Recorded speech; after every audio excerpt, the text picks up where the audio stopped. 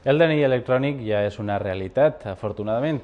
Este matí el delegat del govern, Antoni Bernabé, l'ha presentat en societat. El nou document d'identificació permetrà, per exemple, fer tràmits per internet amb total seguretat, una presentació que ve de la mà d'una ampliació d'horaris en les comissaries valencianes per facilitar l'expedició del DNI. Sembla, per tant, que s'ha acabat això d'alçar-se a les 5 del matí per renovar-se el carnet.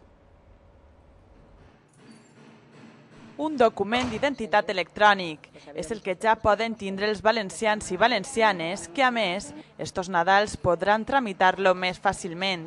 El motiu, el Pla Especial d'Atenció al Ciutadà que ha posat en marxa el Ministeri d'Interior.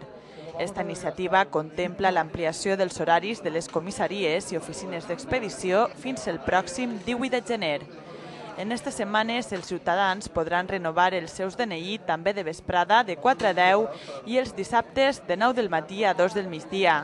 Pel que fa al nou document d'identitat, el format electrònic permetrà realitzar tràmits a través d'internet amb un número d'identificació com el que té qualsevol targeta de crèdit que augmenta la seguretat tant en els tràmits a través de la xarxa com en la seva difícil falsificació. Somos conscientes del mal funcionamiento que hemos venido teniendo y este salto cualitativo y cuantitativo pues creo que sin duda repercutirá en una mejor atención al ciudadano en unas áreas tan importantes como son el DNI y pasaporte. En el mateix sentit s'ha manifestat el delegat del govern, Antoni Bernabé, que ha destacat l'esforç de les forces de seguretat per garantir la seguretat dels ciutadans. A pesar de la complejidad de la tramitación de este DNI electrónico, que supone un incremento notable en el tiempo de tramitación, prácticamente se están tramitando una cifra muy similar a lo que han sido los máximos históricos